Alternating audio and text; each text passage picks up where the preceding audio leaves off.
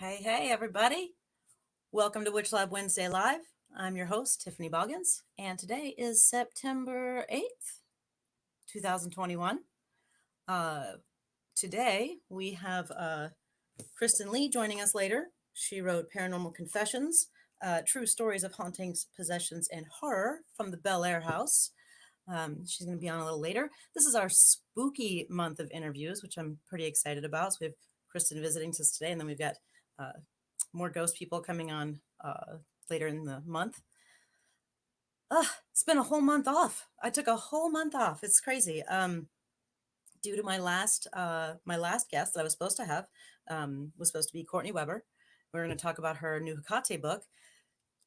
She had some issues come up. She had to cancel, so I got over a month off, and I've done a lot in that time. I want you to know I didn't waste it.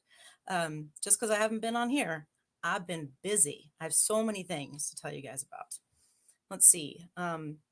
First, we have extended shop hours. So we actually have just gone back to pre-COVID shop hours. So now Wednesday through Saturday, 11 to 7, and Sunday, 12 to 6, which is nice because it was always really uncomfortable at close to 6. I felt like we should still be open, but people felt bad about still being in the shop. So we just extended them back to 7, which makes me really happy.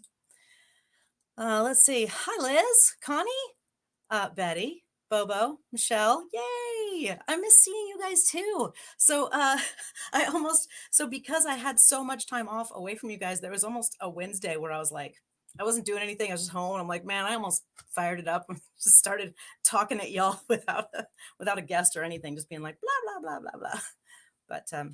Instead I didn't. I don't know what I did, but I want you to know that I missed you all very much. So I went to New Orleans, guys. I went to New Orleans for Hex Fest. I got to be on a riverboat that went down the Mississippi. It was beautiful. I loved it. It was really fun. I was only there for a few days, but it was totally worth it.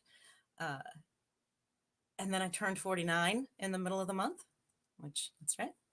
I'm in my last year of my 40s now. Pretty exciting. Jason and I went to, hey, Mark. Jason and I went to the Golden Lamb. Speaking of spooky stories, the Golden Lamb is in Lebanon, Ohio, and it is known as the most haunted hotel in Ohio, which is pretty cool. And it was really neat. I got to tell you, the hotel itself is gorgeous. There's a beautiful restaurant attached to it. It has a lot of history. There's museum rooms where you can go in and see. They have like Quaker stuff, and they have some of the haunted rooms that actually, have, it's like this little girl's bedroom, and it's got all her toys, and it's spooky, but it's really cute. And did we have something spooky happen? Yes, we did. We had the curtain started moving, and then the chandelier started shaking, and we were both pretty freaked out about it. And then we spent about half an hour Scooby-Dooing and trying to figure out how they made that happen, which we didn't ever figure out, but it was neat. It was really fun. And you don't want to go to a haunted location and be like, man, nothing happened. And it did. So it was cool. And, it wasn't scary. It's not like it kept us up or anything, but hell yes, spooky happened. It was pretty crazy. It was fun. But I mean, I'm kind of used to spooky things happening at the shop all the time, and ghost stuff doesn't really scare me. But then again, I've never actually like seen an apparition or anything, so they don't really freak me out that much. But our guest tonight, she'll be able to tell you all kinds of scary, spooky stuff. Let's see. I'm actually trying to see because she's not actually on yet. So we'll see. I'm sure she'll show up in time. Okay, what else do I have to tell you guys? I have so many things. Big news. WitchLab is going to have a Halloween party. That's right. We're doing a thing. I try to do something in October every year, and COVID obviously threw a huge pandemic wrench in that. But I came up with a fun idea. So here's what it is. It's Dionysus and the Dead, a dance party. So we are going to invite the dead to come dance with us. It is going to happen at the Vanderelli Room outside, unless it rains, then we can go inside. There's a stage in there too. But costume party. So we're inviting the dead to come dance with us. And who better to get them to come to us than Dionysus himself? So the theme is Dionysus and the dead. And so come danced, so come dressed as either the dead or some sort of Grecian deity type thing, which would be great. It's going to be fun. I don't have all of the entertainment hammered out yet, but I'm in this talks with many, many people. So trust me, it's going to be worth it. It's going to be really great. I'm very excited. It's October 16th. Let's see. Oh, hey, Maggie. Maggie Caldwell is in our upcoming event, so stay tuned for that. So let's see. Yes, it's going to be very fun. And on top of that, it is a charity event. So proceeds are going to go towards Kaleidoscope Youth Center. If you are not sure what Kaleidoscope is, that is an organization here in Columbus that I actually went to their site so I could get it right. So yeah, support organization for LGBTQIA plus youth. So, you know, kids who are confused, kids who are coming out, this is a place they can go and feel safe and supported and find resources. And it's a wonderful place filled with wonderful people. They help organize Ohio's GSAs, which is the gay straight alliances that are run in schools. They're student led. So I just love Kaleidoscope, and anytime that I can throw them money, I'm going to. So proceeds go to them. So it's going to be so come, you know, and dance with me. Okay, so that is one thing that's happening, but there's a whole bunch of other stuff. So there's the monthly meetings, right? There's always the Circle of the Dark Mother meeting. Okay, Mark, you need to tell me what's coming up next. I know we just missed this first Sunday, but the October one, what's that going to be? And when Jean gets on, she can tell us what our other monthly meeting is going to be about, because that's the book club. And for those of you who have watched me put that link up over and over again, I fixed the link to the book club. It's now so much better. Watch this. It actually says Cultum Librorum. Yes. So much easier to find. Oh, okay. Mark says Samhain ritual early. So early October. So do Samhain ritual with Circle of the Dark Mother on the first Sunday of the month, and then come do Dionysus ritual on October 16th with us. And then, you know, you can have your regular Halloween Samhain, All Hallows Eve, or whatever you do. You got so many things to do. Okay, back to upcoming events. Let's see.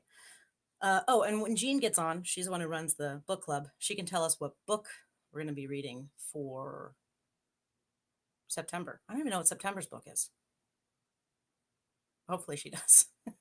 Okay, upcoming events. September 22nd, Bucky Cutright will be here. Bucky Cutright, also known as the King of Columbus Ghost Tours. He is the best storyteller. He gives you the history. He gives you the experience that have happened. I first met him when I took his Booze and Booze tour, which is literally going from a haunted pub, haunted tavern to haunted restaurant, and getting a drink at each one and listening to him spin these stories and tell us about, you know, the people who have died there, what experiences that have happened there, and really, really a great night. And I know he's doing walking tours now in Green Lawn Cemetery and some other cemeteries. So definitely look into that. It's columbusghosttours.com, I'm pretty sure. But yeah, so he'll be here on the 22nd. So yes, so spooky September continues. What's next? Saturday, October 2nd, Najah Lightfoot will be in person at WitchLab.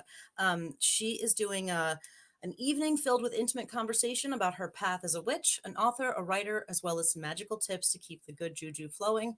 And if you don't remember her, she is the author of Good Juju. She is one of my favorite people. I love her very much. And I finally get to hang out with her in person. It's going to be great. October 2nd. And you can get tickets for that on witchlab.com. October 6th, Kobe Michael will be on the show to talk about Poison Path Herbal, his no book.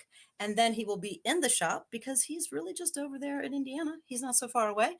October 8th, He'll be teaching a class on the poison path in conjunction with the book. Again, tickets you can get. So that one you can do tickets in person or online. I gave you options for both. October 16th, the Dionysus and the Dead dance party, which we just talked about. October 20th on WitchLab Wednesday Live, Shiva Honey will be on here to talk about her new book and her new oracle deck. So she has the Devil's Tome, a book of modern satanic ritual, and then she's got the Devil's Deck, which just came out. I know, I have so many. I know.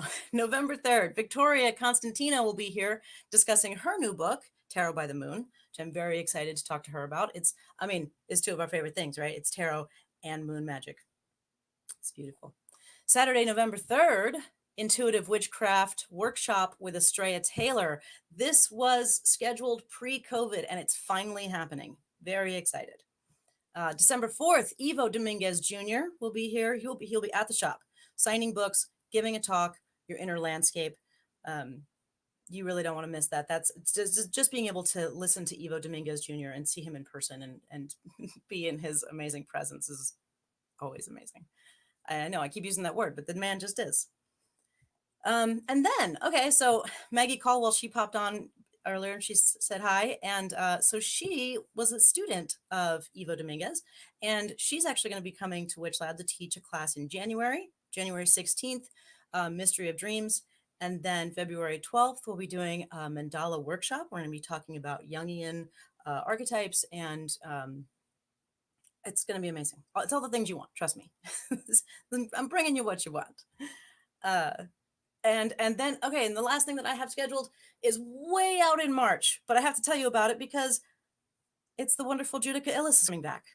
She's going to be teaching a class on, but she does have a new book coming out right then. So most likely something around there. And I'm going to try to get her on the show before then too, so I can talk to her about all the cool shit. Okay. All right. You've all listened to me babble enough. Let me see if you guys had anything to say about that. I love all the activities and events you have. I feel more connected with people in pagan events now that we did. Yeah. Thank you. And Casey, I've seen you at lots of our events, and that's awesome. I'm so happy to hear you say that. Come to the dance party. Come hang out with us. Sonia, hey. Oh yeah, go to the ghost tour, Sonia. Bucky, I'm telling you, you'll see him in 2 weeks on here. I love that man. One of my favorite storytellers. Maggie Caldwell, I'm guessing you're talking about Ivo Dominguez. He is a genius, but you would know better than anybody. You know that guy real well. The Poison Path class sounds fascinating. Will the book be out this year? Yeah, no, it's actually going to come out in conjunction with him being on the show. So I think he's going to be on the show the October 8th. I think it comes out the 9th. So right then. Really enjoyed the ritual last year. Happy to see it'll be happening again. Me too. All right. Is everybody ready to meet our guest? So she is the owner of the notorious Blair House right here in Bel Air, Ohio. She is local. And the author of 1699 Belmont Street, A Portal to Hell, and her new book, Paranormal Confessions. So allow me to introduce to you Kristin Lee. Hi. Oh, let's open us up a little bit. There we go. How are you? I'm good. How are you? I'm doing good. Thank you. Thanks for spending some time with me tonight. Thank you for spending time with me. This is amazing. So for people who aren't familiar with the Bel Air House or what you do you want to give them a brief rundown of what that is? Sure. Thanks. Yeah. The Blair House is coined as a haunted house, but it's actually an afterlife research center. The paranormal community is always at the Blair House, and people actually stay for overnight investigations, weekend investigations. And we just study the afterlife. We study how spirits are actually physically able to communicate with us. There's other parts of the Blair House that are really wonderful and nice, and then there's other parts of the Blair House that are super duper cranky, and we and we have to really keep our guard up. But I've learned over many years ways to protect ourselves from different types of entities, energies. And also too, with with everything just opening all back up in our world now, there's a lot of people that have noticed that some people are cranky, so we have to do some psychic self-defense and stuff like that too.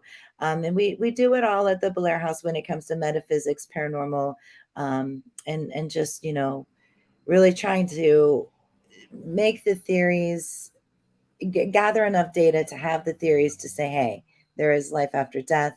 We can communicate to our deceased loved ones. We can communicate to different deities, to different saints, different angels. And then, teaching people how to channel major confirmations when they receive them, that it isn't just pseudo psychology. It's just not your own psychological feeling that this stuff really is true. It really does happen. I think that the witch community is well aware of all of that. The paranormal community is well aware that these things do happen as well, but there's still some people out there that need some education, and that's what we do too. Yeah, you guys have really become a hub of research there. Like the Yeah, amount of teams that you've had come through, and not just overnighters, they stay for a long period of time. yeah, yeah, we do. I think our longest, like we did a broadcast in January. I called it Paranormal Confessions, um, but we stayed in the house for 9 days straight, and Oh wow. that was tough. That was really tough.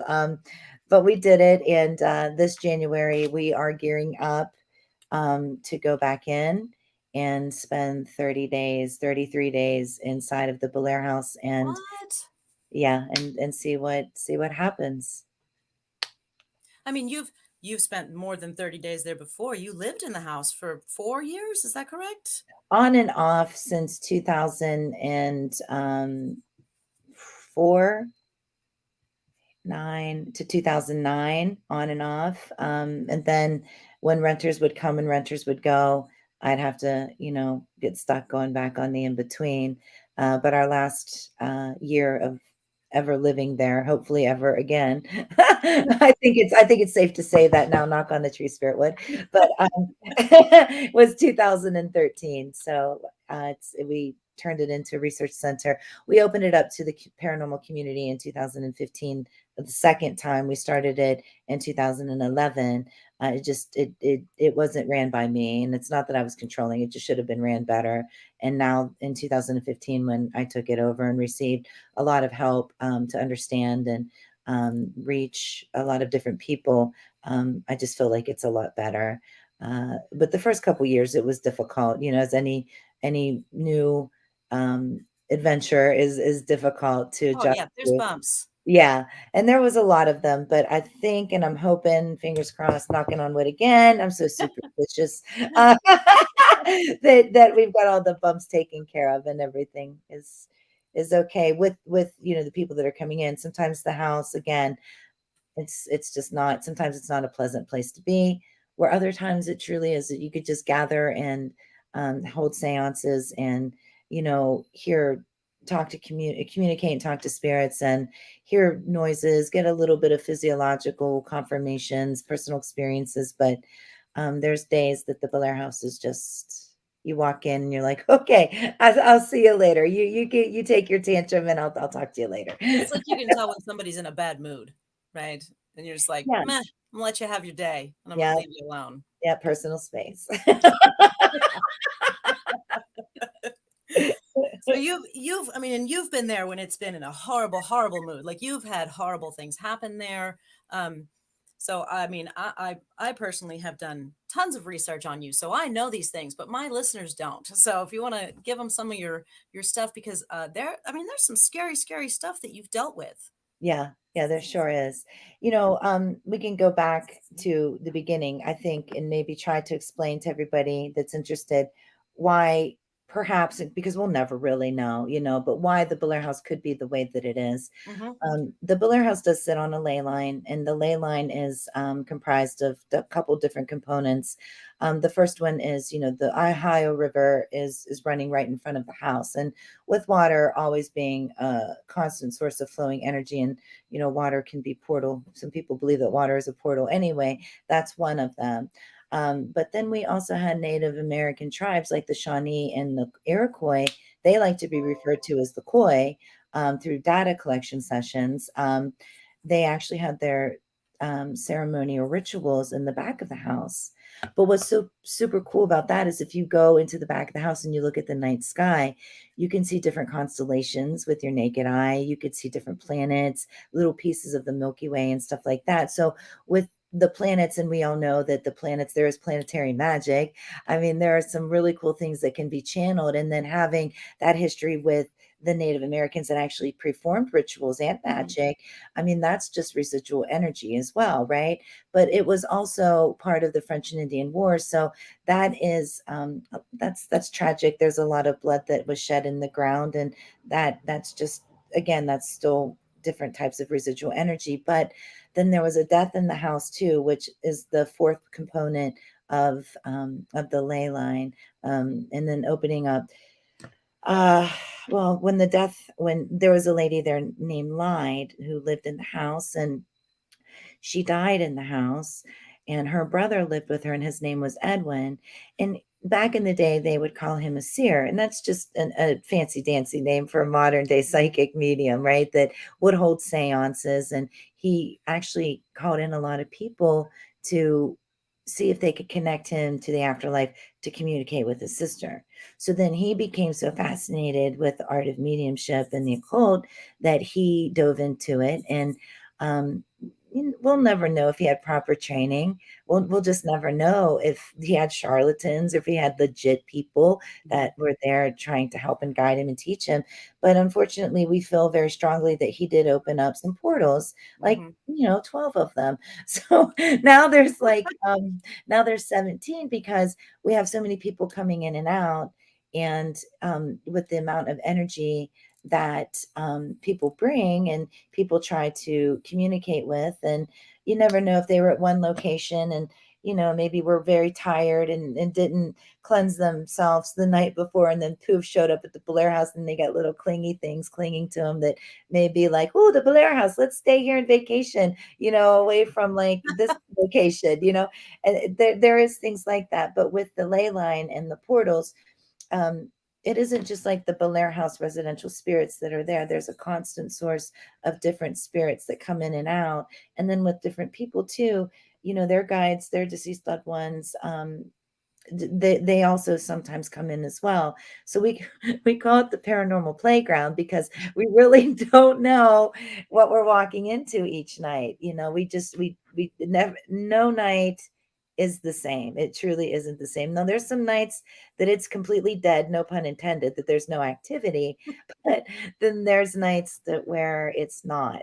And I think one of the most horrific um, incidences that happened at the Blair House was I had a friend come in to help um, cook in the mornings for people that spent the night there. Because we had a great big West Virginia Paracon at the casino at Wheeling Island Casino, and she wanted to make sure everybody was happy and Mhm. had good food before they had to go to work. And she was in the kitchen and she was frying bacon. And another investigator walked into the kitchen and she was standing there with the frying pan, dumping it on her leg, the frying pan of very hot grease. And she didn't know that she was doing it. She was in a complete and total trance that she just, he had to smack her out of it to get her to come to. But she doesn't have very much recollection of what happened, how that happened. And um but a cool part, I know it sounds strange saying that after that story, but Silver lining of this. there's a cool part to it. Unfortunately, yes, she got burned pretty bad, but the burn mark is now a crescent moon. So when she takes a shower, a crescent moon will appear on her leg, or if it gets very cold outside, like a purple one will show up on her skin. But I mean, that's it's a pretty intense story That's with that. insane. That's terrifying to Mhm, not only to have done that and realize you did it and had no knowledge of doing it, but to walk in on somebody who was doing that and to, to watch somebody hurting themselves and have no registering, like not even noticing that they're doing it. That's very scary. Like that's the kind of stuff that I feel like your house really bumps up to another level. Like mhm, it's like because there's a lot of paranormal research spots. Mhm. Yours seems to be uh, it has so many different levels of history and then of occurrences that have happened there, and it's probably the most chock full of both of those things that I've ever seen. Mhm. I mean, you've got the mine underneath, and you've Oh, yeah. got the ley lines, and you've got the Underground Railroad portion of it too. So one of the things I wanted to ask you, because there's a lot of people who think they might have something in their house. You and your research team, do you have advice for people who think they might be, living in a place that has a presence, or, residual energies or something like that? Where do you tell them to go look? Well, the first thing is, I mean, if anybody has consistent unexplainable activity, like, say it's just one time, right? Like, for instance, there's a lady in her bathroom and her light comes on and she asks, "Who's here with us? Can you turn the light back on?" And it doesn't come on.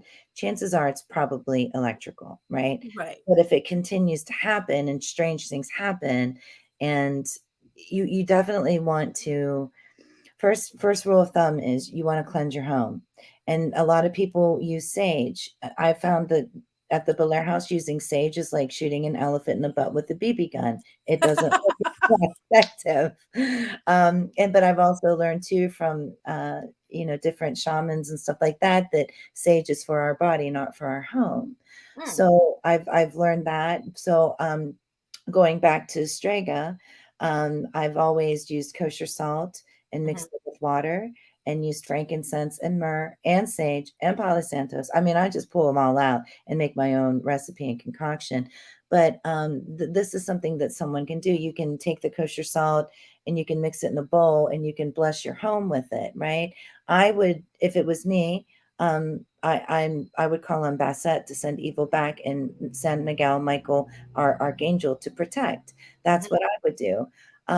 But you have to be very cautious when you're blessing your home, because if you have beautiful paintings and you're throwing that kosher salt mixed with water on your paintings, it's going to eat the beautiful oil paintings. So try to be very careful with that. And even pictures, like senior pictures and stuff like that, just be very careful.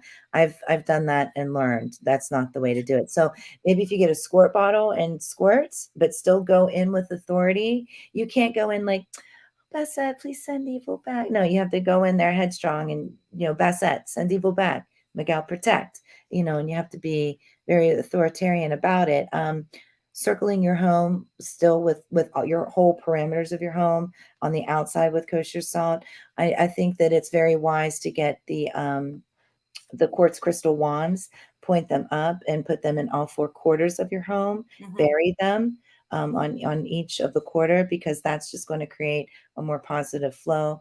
I really like magic quartz. I do. And a lot of people aren't into magic or the craft or anything like that. But for me, I love putting protection magic cords on doors, front doors, the railroad spikes, like those great big iron nails. I keep them on every doorway I and love window. those. I Yeah. love the big railroad spikes. I think they're amazing. Yeah, those are good. But if there is, because people that have activity in their home, we have to first of all rule out, what kind of stress are you under? Are Hmm. you on are you taking medication? Are the side effects of the medication, can they cause you to not sleep, to where if you don't sleep, then you get lack of sleep, then you could possibly hallucinate or see things that aren't there, hear things that aren't there. So all of these things have to be ruled out. But the first thing that I think that people do nowadays is, "Oh, I have a ghost. I have to call a paranormal team." And that's great. I mean, that's cool, but make sure it's the right paranormal team. Make sure it's not a paranormal team that's, up and coming on being scouted for a TV show, because then you're going to be highly susceptible to having some of that footage put on TV, and maybe you don't want people to know that your family is going through that type of that type of haunting. So I Sure. think there's a lot of different things to consider, and it's just by case that you have to kind of fine tooth comb everything and see what the best strategy is, and then what people are willing to do, what they're not willing to do. You know, a lot of people don't realize that we have to cleanse our bodies, but we also have to cleanse our homes, and we have to kind of keep a good organization of our home too. And if you're feeling drained, and if you're feeling like, my house is just upside down, start with you, and then start with your home, and then call the paranormal researchers to help. But be So there. Don't if leave the house. I but would. if somebody wanted to actually like look into the history of a house, like what if they wanted to like, like searching records, like how did you guys find so much information on your house? Like, because it seems like, I mean, again, your research team, and I don't know if it was just you or you and your family or you and your friends, but Me and like my friend Rebecca, the that's stuff that you uncovered, like if you were to tell somebody, because, doing a internet search is not going to help you if you're the one who's, because before you were in the Bel Air house, nobody really knew that it was such a haunted place. Like there's nothing to be found before that. So how did you guys find the stuff? How would you tell somebody else, go look in, is it like, did you go look in microfiche like at the library and stuff? yeah, we did that too. We truly did. Yeah, we did everything. We went with the family tree, first Okay. of all, I started off in the old great big books in Belmont County Courthouse, and Okay. I found all of the deeds that I could find, the deed transfers that I could find, to make a correlation to people that were in the house. And that's how I found out that it was part of the house that Jack built, the Hetherington property. And then Jacob Hetherington, who was, the founder of, Jacob Davis was the founder of Bel Air, but Jacob Hetherington he pretty much owned all of Bel Air at one point. So going He's the one who built the house, is that right? Okay. Yes, yeah. So going with him, and then going through his family, and then marriages, and then different relatives, and then finding out their stories. A lot of ancestry.com too. Ancestry.com, you can find out any clues about people that you need to find out that are from the past. And then if you can, correlate family members to documents, there's documents on there, like Alex Hetherington. We found his commitment papers to the lunatic asylum on ancestry.com. Yeah. So Rebecca was really big into that. She did a lot of the ancestry.com. I I always had gut feelings, but I never like executed them or administered them. And then it's just so strange that the Blair House, it just sometimes when you when I ask, like, guys, I'm stumped, I can't find this information. I'm not asking you to tell me, I'm asking you to show me, physically put the paperwork in my hand so I can see it to believe it. And that's happened a handful of times where this paperwork just comes out of nowhere. Like there was a winter time frame, maybe 3 or 4 years ago, uh, 17, 18, I think. Somebody showed up on my porch, not at the Blair House where I lived, and nobody knew but my family where I lived. And it wasn't my family members because they would have confessed, but um, they brought me a book about Eliza Hetherington. It was Oh, a thick wow. book. So there was a lot of information in there too, that I would have never found. But the library was very resourceful. The courthouse, it got me halfway, it got me a good start. Um, but It's Ancestry, really just filling in pieces, right? And you just trying to yeah, find them and fill in that whole map of it, information. it was a great big puzzle. It truly was Yeah. a big puzzle. Yeah. But, with the Underground Railroad, um, the one of the renters came because we had rented the house out a few times, and everybody knew it was haunted. So we didn't hold any, we didn't try to hide it. Yeah, how could you? We'd been on TV already several times, and everybody knew. But he had come to pay rent one day, and he said that he found a secret room in the basement. I had no idea it was there. Yeah, Wow. and I'd lived there, and he said he correlated it to the Underground Railroad. And then we dove into census records. And my cousin, when we did live there, she took me up to the attic, and she said, she was sleeping in the attic. She said, I saw this woman with a bun in her hair and a white flowing gown. She said she had light skin. She was standing in front of me. She was hovering over me, and she told me her name was Mary. Well, I kept that piece of information in my head for years. Then when we found the census records, and on the census records it said servant and the name was Mary, and it says she was Milano, then we knew. Oh, okay. Yeah, it's like those pieces of information, it could take, it's just not gonna happen overnight. Sometimes it happens overnight. One time I was so frustrated with the research, I was just like, spirits take the wheel because I'm not gonna be like Jack the Pumpkin King anymore and like, "What's this? What's this?" I'm not gonna do this. So you need to, like, show me, like, you need to show me by the end of the day what I need to know. I mean, I need you to show me because this is driving me insane. So we went downtown. I found this church online, and I assumed that this church was part of the Underground Railroad. That's where they would hold, the slaves before they went to First Ward, and then when they went to get on the river to go to Canada or New Orleans. So I was like, this church, I wonder if it's still there. And it had the 7-day star in it too, like the planetary star. Uh-huh. And I found that very interesting. Then it had an equilateral cross, and I found that very interesting. So because those are two big major parts of my life, that's how I do magic, and that's how I protect myself too. So when I saw that, I was like, I need to find this church. I bet you it's tore down. I bet you that's already, because Belair tells they tear everything down. Um, No history. no, no, and it's like sweep it under the rug.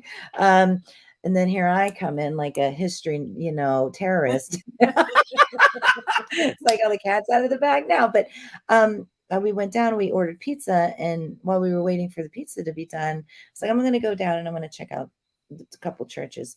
And there was the plaque, and I'd lived in Bel Air for years, and I'd never ever seen the historical plaque that Jacob Davis Oh, donated wow. to that church. And that church actually had Eliza Hetherington's Bible in a glass case in it.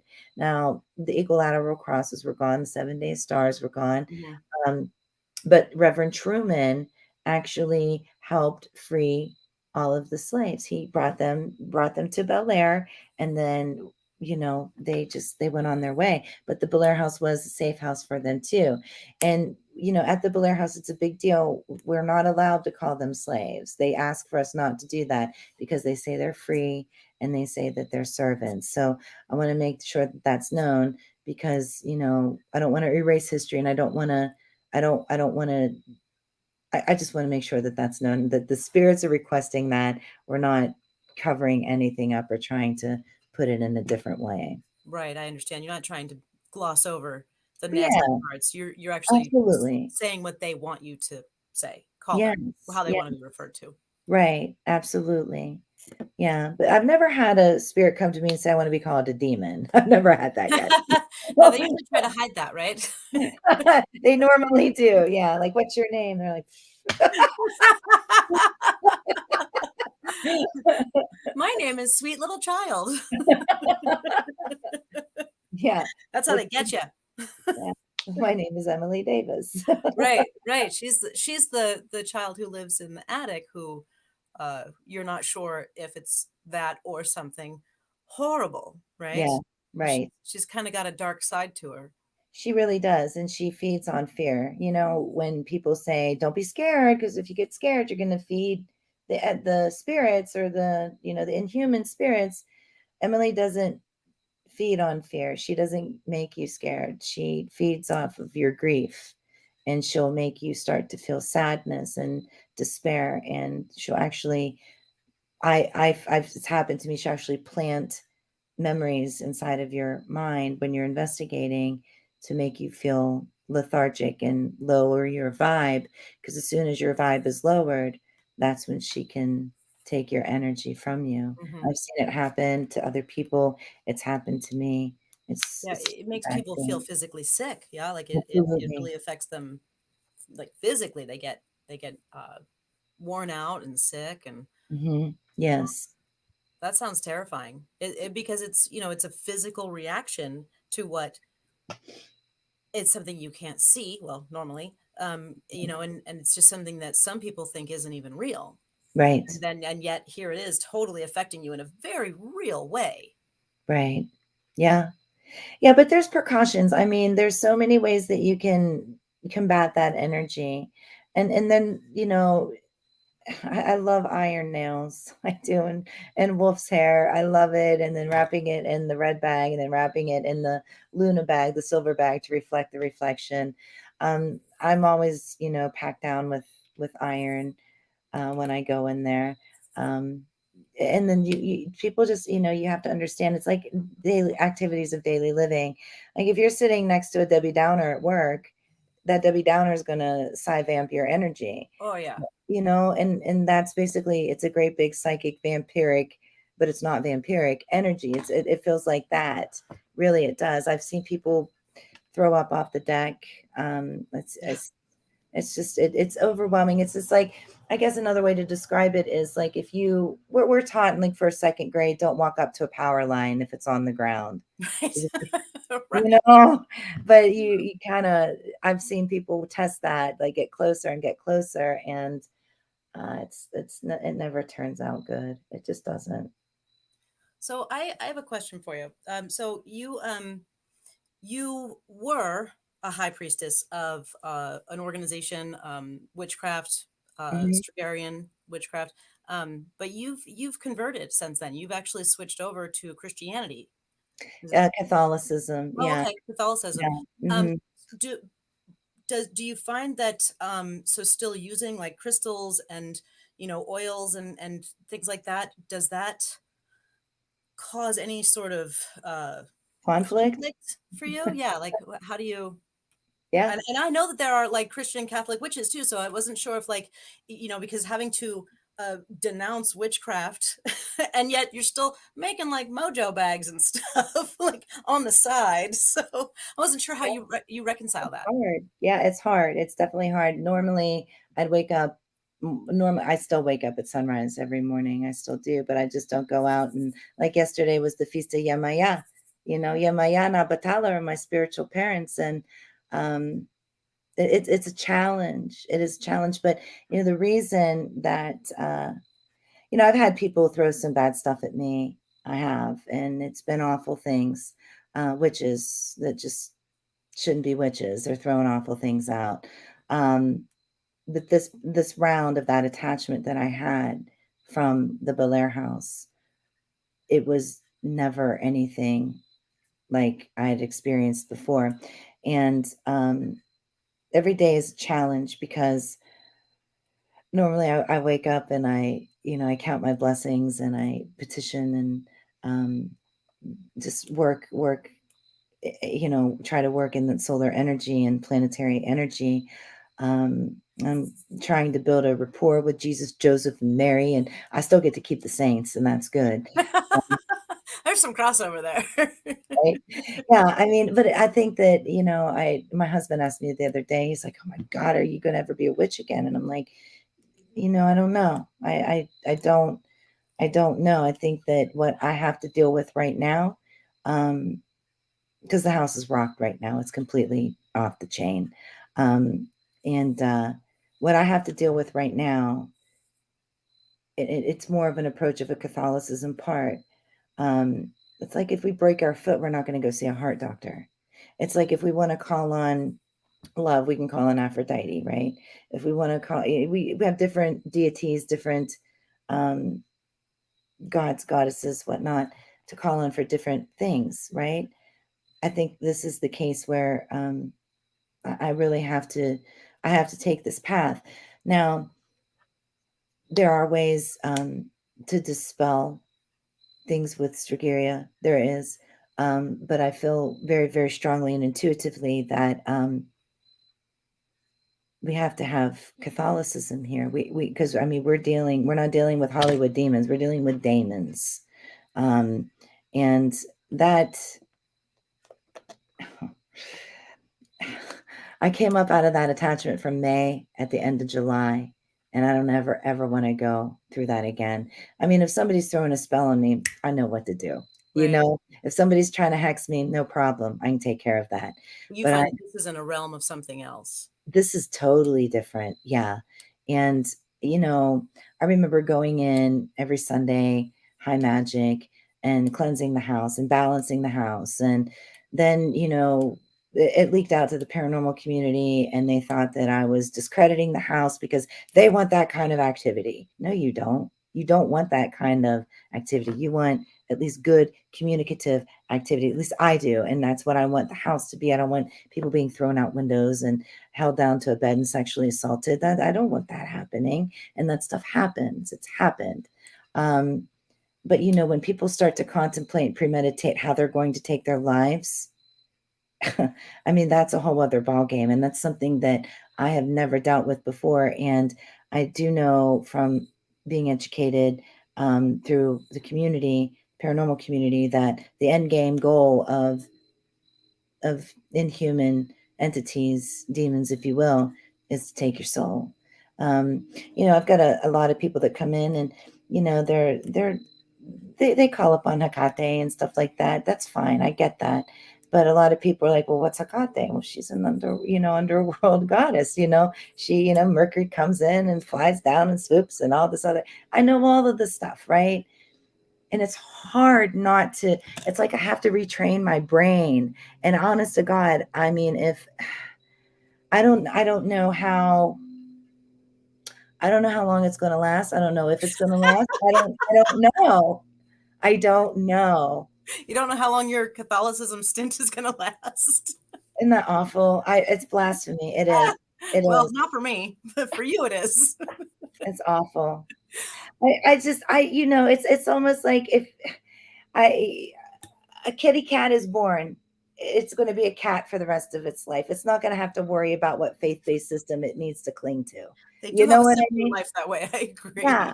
So I want to be a cat. I've often said I want to be a toad or a frog because I love that they get to sit halfway in the water when it's hot out. So I get it. I want the simpler life too. Right. So yeah. I have a question. So do you think it's possible? So I feel like from reading your stories and reading the book and watching you over the past couple of years, it feels like activity has stepped up in the house, and I can't help but wonder if it's because of inviting in people who are researching and giving it more energy, and if it's not causing you more stress, like it's caused you to go Catholic, for fuck's sake. Well, the house didn't. The people that were in the house. I got to be careful here. I got to be careful. The wrong people did. The awful, awful, awful, awful, awful people did. Because they shouldn't have been doing that shit in my house. I'm sorry. They just first all you want. Right. They shouldn't have, and they knew it. And so you think that because certain people were allowed to do certain things in the house, that's what made it tipped the scales into this other realm of there was a person that totally more dangerous now, it seems. Yeah, there was a person that totally initiated, encouraged things to happen in that house, and it was so I had to stop myself in the house last week because I just, how you go through reflections and stuff like that. I had to, and then here's the double-headed ram from Raven Gramassi over here in the Blair House, and we all know what we can do with those things, you know. And I'm just like, no, you can't do that. No, that's witchcraft. Kristin Lee, stop it. And then you see this jar, it says, count your blessings, and I'm like, is this lighter of like more of the light of God if I do it this way? And I'm just like, no. And I'm like, I'm sorry, guys. I'm having a really weak witch moment right now. I have to go home. And I just like, excuse me, goodbye. So yeah, like it, but then, I tell my friend, and he's like, do you think it was the house that was doing that to you to be that witch again? I'm like, no, it's me. It's not the house. It's me. It's like, this is a spiritual battle. And honestly, it is. It's a major spiritual battle. It's what it sounds like. It does. It feels like that. Yeah. But no, I do believe 100%. I agree with you that people are bringing in that amped up energy, because there's just so many people that are coming to, investigate. They want to know. And Well, you've gotten so popular, you've gotten so big, and I'm gonna throw this out there. It's like the new Amityville, right? Like that's where you are now, and it's like you are, and not even that turned into that, but the reputation, Mhm. the reputation uh, that goes with that name, it's becoming the Bel Air House. Like it's the Bel Air House is becoming that kind of level of reputation, Yeah. and that's got to be a lot for you to juggle. Like that is a ton of work to manage all of that, all of the people coming in. I mean, I understand that you took it over yourself, because I can't imagine giving up that to let somebody else decide who can come in and who can do things, and all of that. Right. Yeah. Yeah. Nobody can be in control of that because they're not intuitive. I'm not trying to flute my intuitive horn, but when I get a gut feeling, I know it's from spirit, and I got to listen to it. I've trained myself to listen to that first gut feeling all the time. So But I don't. Rachel has a question, real quick, Okay. and I think that this is totally on topic. Have you Oh, had a priest to bless the house? The church still does exorcisms too. Got it. He actually has an exorcism squad, like the I forget what they're called, but the Pope actually has a squad of exorcists. yes. But not sure if they can exorcise a house. So It's called a minor rite. Yes, we have, and things were peaceful, and that's why the whole Catholicism thing came back up again, for me, because I feel strongly, very very strongly.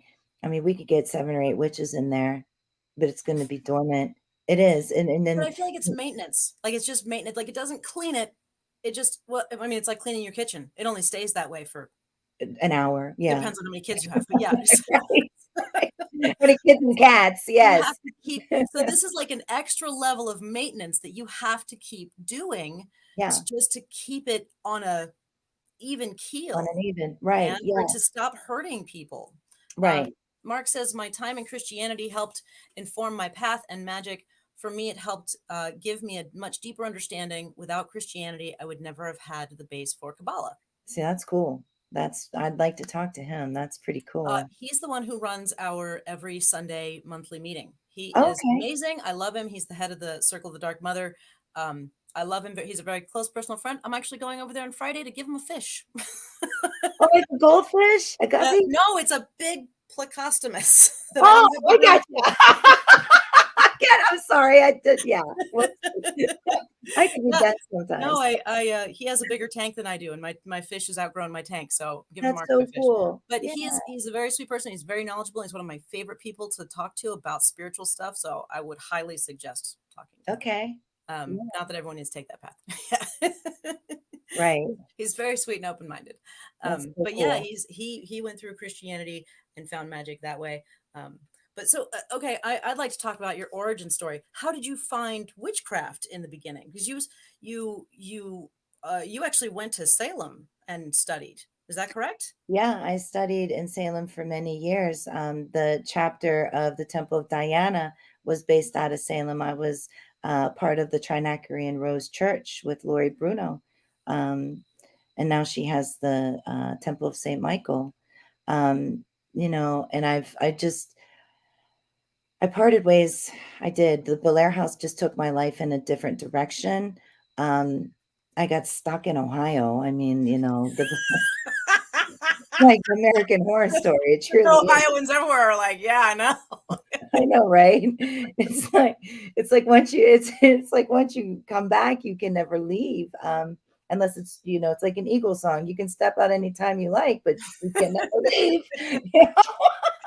But Yeah. no, I did study there. And then Bishop came into my life in 2015, and he schooled me very well in paranormal on how to handle things. Hmm. So much that his director of the paranormal clergy actually moved to Bel Air to help me operate the house. Oh wow. Yeah, so they have taken me under their wing, and they're very very dear friends of ours. But I just it's a big job. It's like you can't you have to think of it like this too. At least I do. If there's earthbound spirits that were Muslim, Christian, Buddhists, and all of that. So I tried to educate myself on all different types of religions in order to have that spiritual rapport built best with them. But the cool thing is, most recently, we have a new spirit at the Blair House. She came right after we opened the doors from COVID, right? And she wants to be referred to as the high priestess. Oh, wow. She actually gives tarot readings. She'll say 4 of wands, or 5 of swords, 4 of pentacles, and she actually does readings. It's super cool. That's amazing. Mhm. So she's just shouting out the cards. She's not giving any explanation for them, though, is she? Nope. Mm-mm. No. This is One of sometimes. those super mysterious readings. Yeah, yeah. I mean, we'll ask questions, you know what I mean? Like, what do you Yeah. think about this life situation? What do you think about our world and this thing that's going on in our world? And Oh, the she'll be like, tower. yeah, right. Holy cow, right? But that's neat for somebody who is well versed in the tarot could be like, "Oh, what? 10 of swords? Fuck you, really?" Like, no. So, Right. it'd be interesting to almost have an interpreter there, you know, Mhm. be like someone ask a question and then she's like, 6 of wands, and then you're like, "Oh, well." You just Right. give them the information on that. Yeah. And then Interesting. a growl normally comes in, like a really awful guttural growl.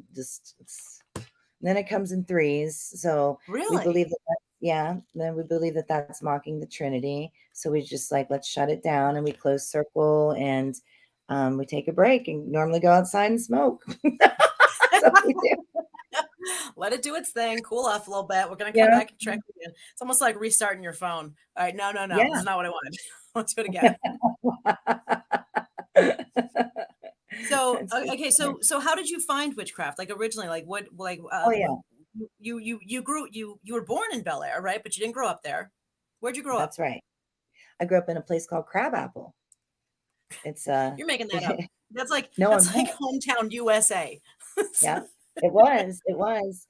I grew up in a little coal mining town called Crabapple, Ohio. Is that in It's Ohio? Yeah, it's right Okay. by like I almost set the bar, but it's called Fairpoint, Ohio, and Radford. It's right by Nicholas X. No, but it is there. And I grew up in like God, probably 500-600 acres, right? Oh Of my wow. mom's family. And it was just all nature. All of it was nature. So I always loved the planets. Oh my God. I just love space. I love the planets. I always felt intuitive. My Did you grow up family, religious? Was your family religious? my dad was Catholic. He was, Okay. and Okay. it was strange on Sundays because in the summertime, Sundays would roll in, and here'd come my cousin, Father Carl, Sister Agnes, and all my dad's family, and they'd sit on one side of the table. Here'd be the pasta in the middle, and here's all of my mom's side of the family that weren't Catholic. Uh-huh. Okay. So you just kind of keep your head down, your mouth shut the whole time, and just eat, right?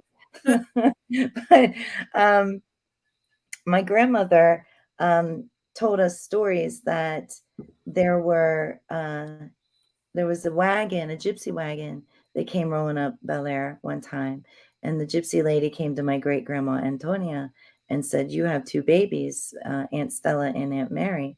She says, "I can't have babies. I want one of your babies." And grandma said, "No." So one of the babies died. So they said that they cursed her. So they There blamed was the Romani people. Yeah, well, that's in my blood too. Yeah, definitely. But I found this out that came in from my dad's side of the family. I thought it came in from my mom's, but it didn't. It came in Oh, from my dad. interesting. Yeah. Yep. Hmm. So that was, yeah, like Bohemia is where Mhm. uh, my great grandmother was from on my dad's side. But I've always just been interested in energy and I I don't, please don't make fun of me, and I'm not trying to be disrespectful, but dead people. I've always Never. been interested in that. Um, Even when I was little, You know how sometimes kids have imaginary friends, but come to find out they're not imaginary friends? I had Yep. a lot of them. And as a psychologist, I'd be like, that girl is crazy. Let's get her on some psychotropics. You know what I mean? Because she's whoa. But Yeah, let's medicate those friends right away from her. Right. Right. yeah, but it wasn't they weren't imaginary. They were legit friends and Hmm. they were spirits. So that was there.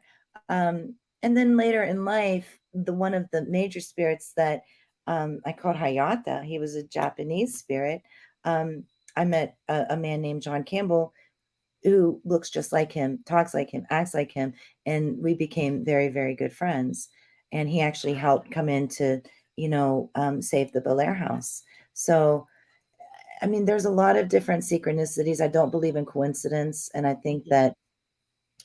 think that a lot of people brush it off, and they brush off spirit, they brush off magic, they brush off what they can manifest.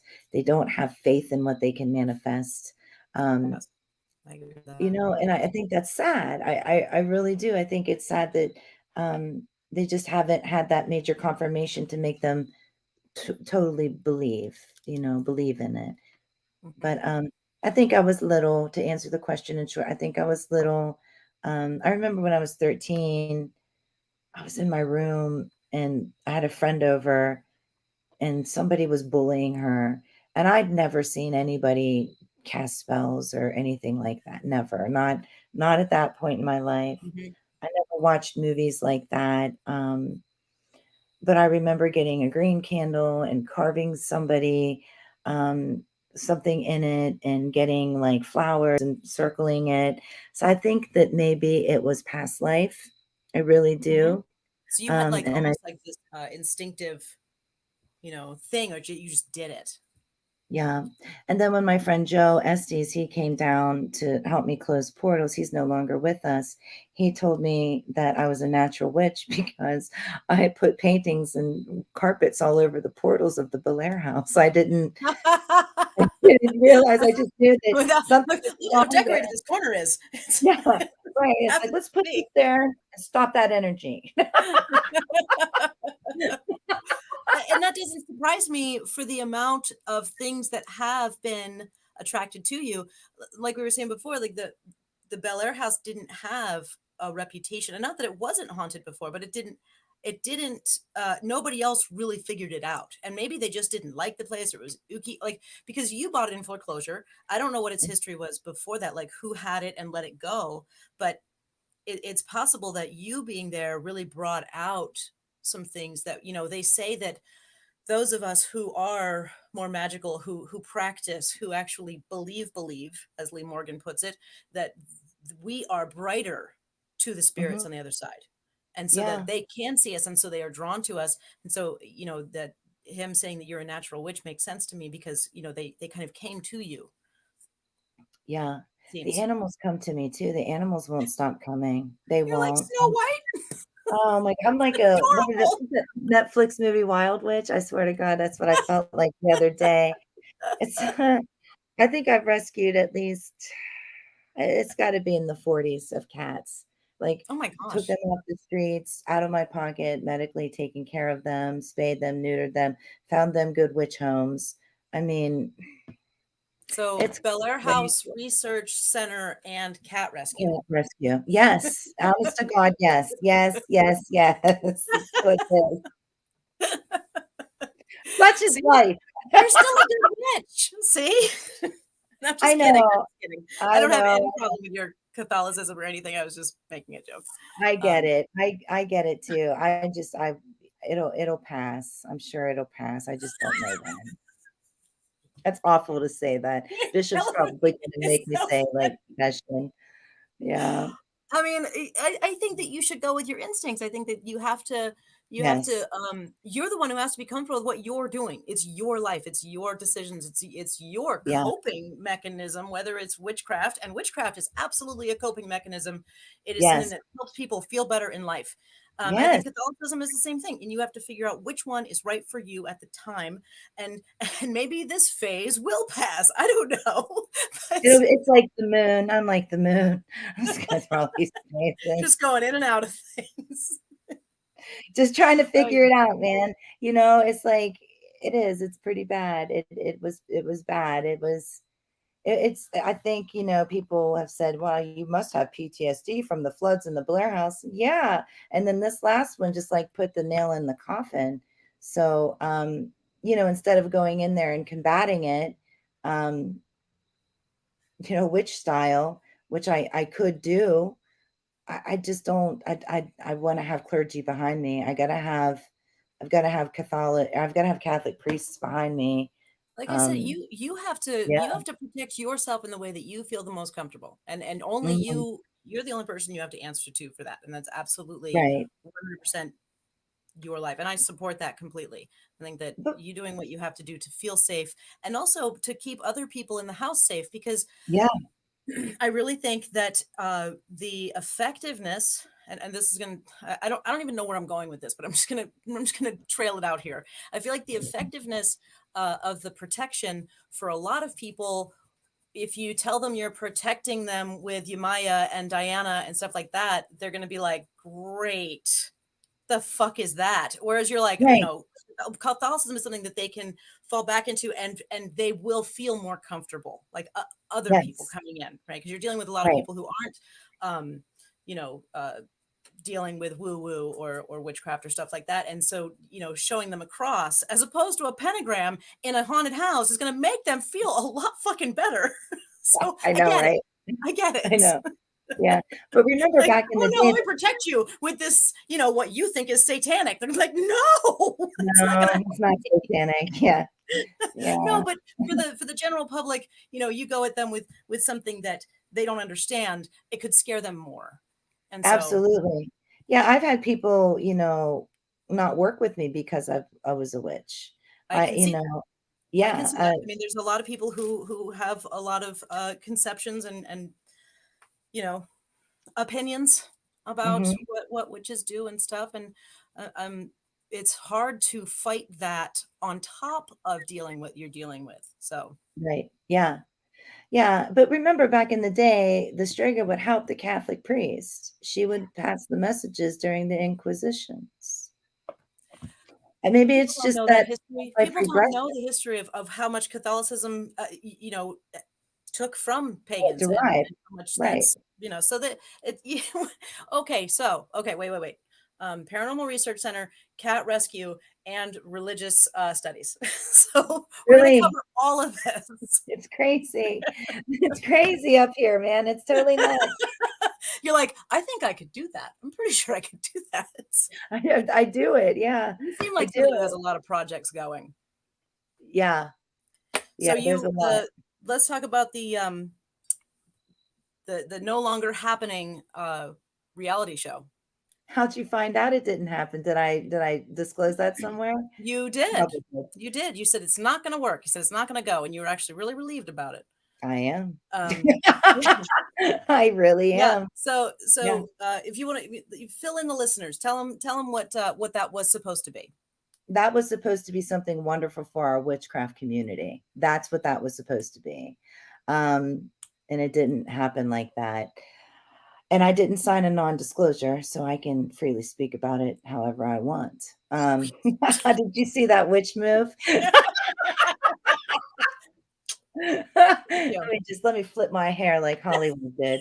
Um, ugh. So anyway, I wrote this pitch deck about training apprentices in the Blair House to cover psychic self-defense, paranormal, identifying who their deities were, teaching them different types of ways to channel to increase their psychic abilities. We didn't really do any of that. We did none of that really. Um, and it was awful. It was an awful situation, and some people that were there um, just totally disrespected me in my own home. And turns out that the spirits were on my side because when it came down to the nitty gritty of putting in the paperwork, they forgot to have me sign my talent agreement and my location agreement. And because of all the BS that they pulled in the house and the project was just shit, I refuse to sign those papers. So therefore, we are not having that show. I feel like once you sign yourself over to that, you are no longer in control. And I think that once a TV group comes in, they are going to manipulate things and disrespect you in your own house. Absolutely. I think that it would turn into a goddamn mess. And I got to tell you, I looked at the Kickstarter and all of that, and it was like the people that were chosen to be the apprentices, they looked like they were gonna, go on F Boy Island, right? Like they were like part of like some like The Bachelor or some bullshit. Like they looked like they were done up starlets. They didn't look like they were trained. They didn't, and I'm just basing this on the photos they had on there, but it didn't seem like that there was any soul to it.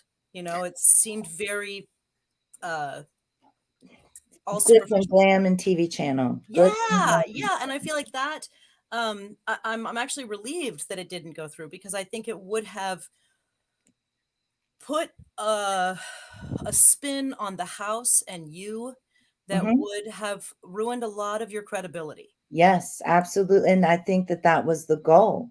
I think that I really Oh, no, the goal was for them to make money. They just don't give a shit about you. Like the oh, goal was to I'm speaking out of turn. I don't know, but there's more. There's a lot more. We'll talk later. So Rachel says, I'd love an apprenticeship like that. The topic's not being reality TV. Right. And so there are people who actually would be interested in this and would be good candidates. Rachel is absolutely one of them. She is herself Romani descent and all kinds of wonderful things. She's a lovely person. I think she's amazing, and she does all kinds of great magic. She's also a realtor, everybody, if anyone's looking to buy or sell a house, and she's great at it. That's so cool. Yeah, but you could get interest from people who would actually want to do this, and not just to get their face on TV. Like, oh, well, it was either this or that other stupid reality show. I was just waiting for a call back on one of them. But I feel like that the TV station doesn't actually, the producers, they don't care about the people that they're using to get the show going or the money.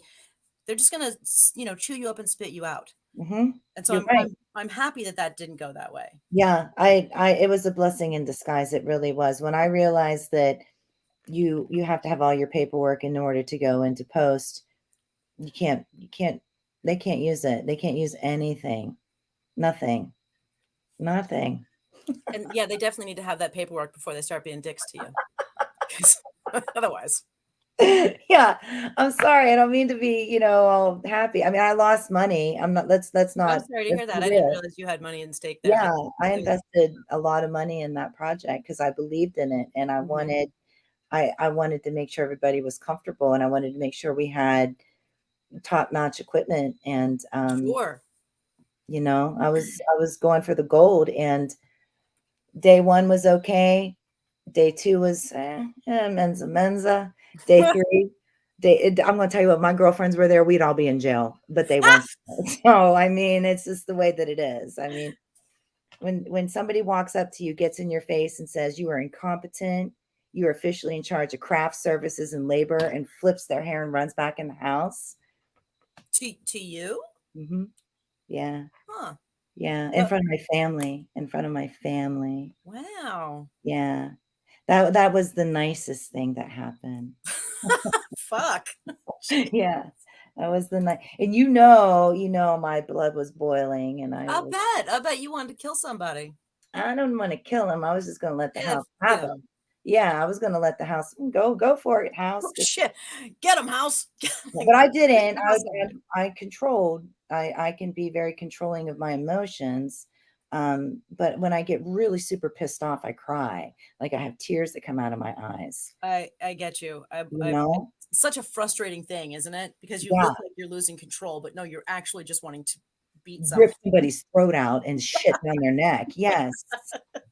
I know. It's awful. Yeah, and it sucks me because the tears are, so many people see that as a sign of weakness. And you're like, no, I'm about to kill you. Like, this is just a reaction you're going to have to watch as I kill you. It's like So a you get that 2-year-old. mad. You can't help it, just my poor daughter, every time my daughter argues, she starts to cry. And then she gets so mad at herself. She's like, I don't know why I'm crying. I Right. just want to argue with you. Yeah. Like, it's okay. It's all right. Take 5. We'll come back to it. Right. Yeah. Yeah, it's tough. It's a tough business, it is. Not just with the people that come in, but the people that are in charge of, like paracons and stuff like that. It's a tough business. I mean, it seems to me everybody wants their 15 minutes, but I'm going to be brutally honest with you. Those 15 minutes, they come and they go. They do. I promise you, I've lived it. They come, they go, you're nothing. Mm-hmm. And then you get lucky if somebody else calls you again. But I'm going to be very hesitant. When Rob Safi called me, he was the camera guy for Paranormal Lockdown. He did all the camera work for them. Okay. And he called me and he said, I want you to be on, what was it? Most Terrifying Places? No, my horror story. I think my Okay. horror story. I told him, I said, you can't make me look like a victim anymore. I'm not a victim. I was back then, but you got to get me out of that victim box. I'm an investigator. I'm a researcher. I'm in too deep. You can't keep making me look like a crybaby. No, I feel like And you've definitely turned it around. You've definitely oh turned it yeah, around from, I don't understand what's going on, to, okay, I've got a handle on this and I'm going hmm to go further with it. I want to yep, figure out more about it. yes, yes. And he did me right. So I will work with him, again. But there's some, producers and directors that I will never work with them ever again. I will not. I just won't. Yeah. That's fair. So what are Mm, you working on now? Like what big projects you got? Because I know that you finished this. I know that there was talk of another book, yeah. but what are you doing now? Well, I'm going to wait on the book. Um, okay. So I just had a production meeting last night and I wrote another pitch deck and I'm keeping it in the paranormal community. And yeah, we've got connections where we could, process it out, but I might not. I might just throw it up on Amazon and be real, keep it on the real, you Mm-hmm. know? I don't know yet. But I do know this. We're going in that house and we're going to be legit. And it's not going to be anything like it was, in the spring. It's not going to be anything like that. And we might not have all the glitz and glam of all the 4K $7,000 cameras. Who cares? We're still going to have activity. You know what I mean? And we're still going to document it. I'm pretty sure that the most spooky activity on camera is like from somebody's phone or like one of those, you know what I mean? Like it's never good quality. It's always like, what is that? What? That's a thing that moved. Like, you don't need high quality stuff. I almost think the ghosts react better when you don't. Right. Yeah. Yeah, that's one thing. I've got the West Virginia Paracon at the prison this weekend, and then I fly back out to Massachusetts on the third weekend of September for the Mass Paracon. And then I'm hoping I'll be done by then so I can chill out and just be home because I'm scared to travel. I am not because of our world. I'm vaccinated, but I'm scared that I'll get COVID, and it's a fear of mine. Yeah. you know, I think it's a um, pretty good fear of everybody's, even the vaccinated, because it still yeah, sucks. Like you can get sick. right, right, yeah. So I mean that once I get through with that stuff, I'll probably just continue to lay low and write a lot of really cool things because that's what I love to do. I love researching. I love writing. Um, I've been helping my son in his studio. He has a recording studio, and we want to do an album together. Oh, fun. Yeah, so I want to do that with him. But yeah, that's really it. Other than going in the house in hopefully January for 33 days with Dylan Belinsky and another friend, and staying in there, What do you doing a live broadcast. okay, so you're going to do a live broadcast. What are you trying to accomplish, or what do you hope to do with these 33 days?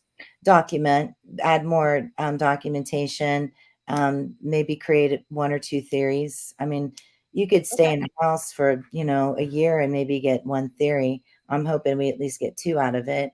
And then that way we can, share the theories with other people and see if there's any correlations in the community. So, Hopefully make it a science. and I know that's a community-wide thing for paranormal investigators, is to figure out more about, the unknown, what we don't understand, how these things happen, how they come through, that kind of stuff. God, I forgot my question entirely. Wait, I was getting there. Damn it. 'Cause- so you're going to be in the house. Oh, I know what my question was. Okay, so you've been doing all of this so far. I mean, there's so many stories in here about stuff that has happened. Was that filmed? Can that be seen somewhere? Like, is there documentation that you've made already that is available somewhere, or that you're collecting to put out? Or is this what you're coming up now? Or is this the first time you're going to actually record stuff? Yeah, this will be the first time that we record it like on a better scale. It Okay. really, because we used to do Facebook Lives because we were silly. And then, Facebook Lives Hey, get lost in the mix. literally on it right now. I know, but they get lost in the mix like after 6 years, 7 years. And That's then, fair. That's fair. yeah. So I want to keep it documented and be able to put it in files.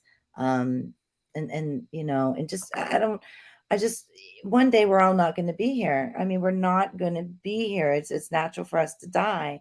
And there's other generations that are going to be coming and, pass down these books to the other generations, pass down this knowledge to, and that's truly what it was. That The Apprentice, I wanted to pass down the baton to the next generation because I knew, God, what, 2 years ago we lost so many elders in the witch community. It was just awful. And you know, and this year we've lost so many paranormal greats, so it's like we're becoming the elders. No. It's really scary. So you know? what Tamara von Forslund calls us, the elderlings. We're not there yet, but we're Right. elderlings. Okay, good. I I don't love it. want to be there yet. I don't want to be there yet either, but I'm I happy to be don't. in training to Yes, be an yes, elder. It's fine with yes, me. yeah. Okay, I don't so want that job. I think that you should still do this. I mean, just, without the reality show tag put on it, and Mhm. teach the youngins how Yeah. to do the things. Yeah, that's what I wanna do. I do, and if people come to the Blair House, like, even if there's, anybody in the communities that wants to do classes at the Blair House, they can, I'm open to that. But, for me, I get emails and, what do you call those on Facebook? Like, messages and stuff like that. Of course, I can't messengers, whatever's, um, They're I messengers. They're yeah. messengers. That's a whole new word I just made up. Facebook Messenger. Yeah, got you. Yeah, that's it. I get information from people that wanna learn all the time. I do. Mhm. And I just I have to manage my time a little bit better. I really It's do. But hard that's to pull something that's on coming up. that's a whole other job, man. Like, Mhm. Yeah. becoming a teacher, a mentor, that kind of thing is uh, it's a big responsibility, but it's a lot of fucking time. Yes. You have to mold the classes, and you have to make sure that you have all the information right, and syllabuses and shit like that. And like, Mhm. so I Yeah. get it. Yeah. Yeah. I'll cross that bridge when it's time. I just don't feel like it's time right now. That's fair. But yeah, but if, we would have kicked that off and it would have been done the way that I wanted it to be, then that's what that would have turned in to be. Right. Right. It wasn't meant to be, and I You didn't accept have the it. control that I you totally accept needed to do that. Like, if you would have had to have control over production and direction and stuff like that for it to be the thing that you wanted it to be, Yeah, which and I thought we had an agreement that's the way that it would be too. I mean, we had a flipping agreement. So, miraculously, September 1st, this ended up on my desk. oh, I really? don't Yeah, I don't know how it ended up on my desk. My husband didn't do That's it. My teenager kid ain't gonna do that. They don't care. I'm not sure how that happened, but it happened. And so you tell me the spirits are not about. Oh no, I agree with you. They show up and they do weird things, and the helpful ones are the ones I like. You know, there's there's ones that are there to put the things in front of you, like you said, the information in front of you. It just shows up. Like what? You know, the whole synchronicity thing, where Right. Yeah. suddenly things are lining up, and you're like, oh wait, oh, and then it's like you're shown a direction to go in, and Right. I think that's incredibly helpful and wonderful, as opposed to ones who just hide your fucking keys and, you know, pinch you and shit. That's just Or scratch annoying. you or pull your hair. Yeah. Right, right. Horrible It's like, you're my things. ex-boyfriend. What is going on here? Did he send you? Is that what this is? Did you die? John is Oh no. Is this how you're telling me that you're dead? You're here to mess with me? Where the fuck are my keys?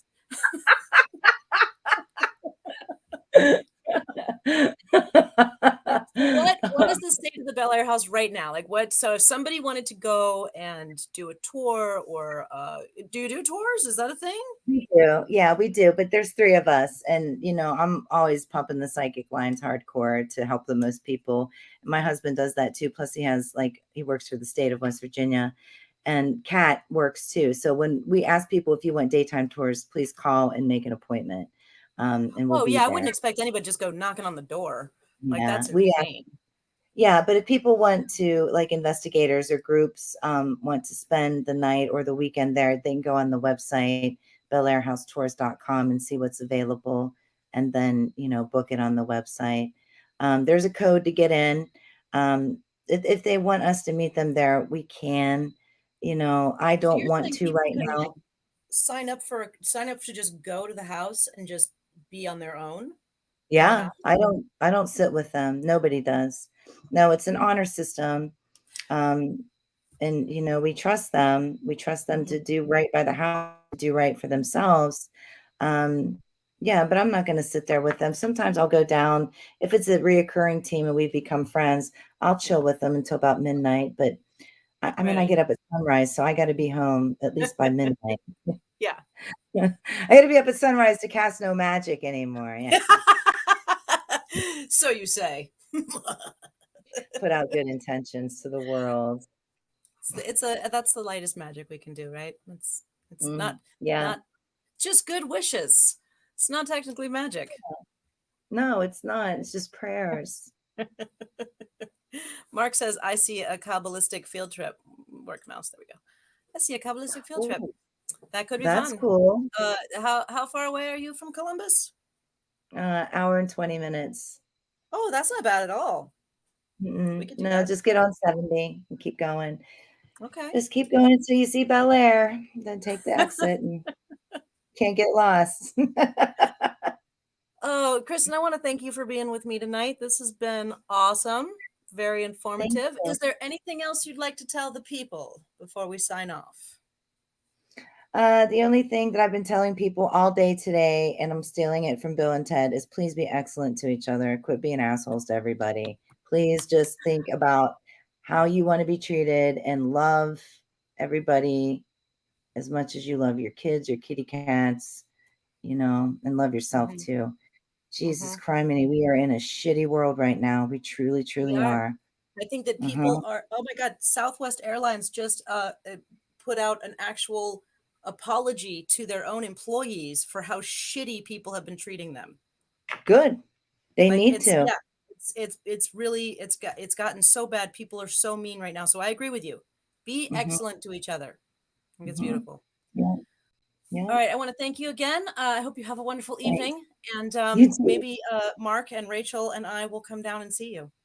Oh, that'd be so super cool. I hope you do. That would be fun. All right. All right. Everybody have a wonderful night. Thanks. Thanks for joining us. Again, WitchLab Wednesday live in 2 weeks with Bucky Cutright from Columbus Ghost Tours. That dude's amazing. All right, everybody, good night. I love you all. Bye.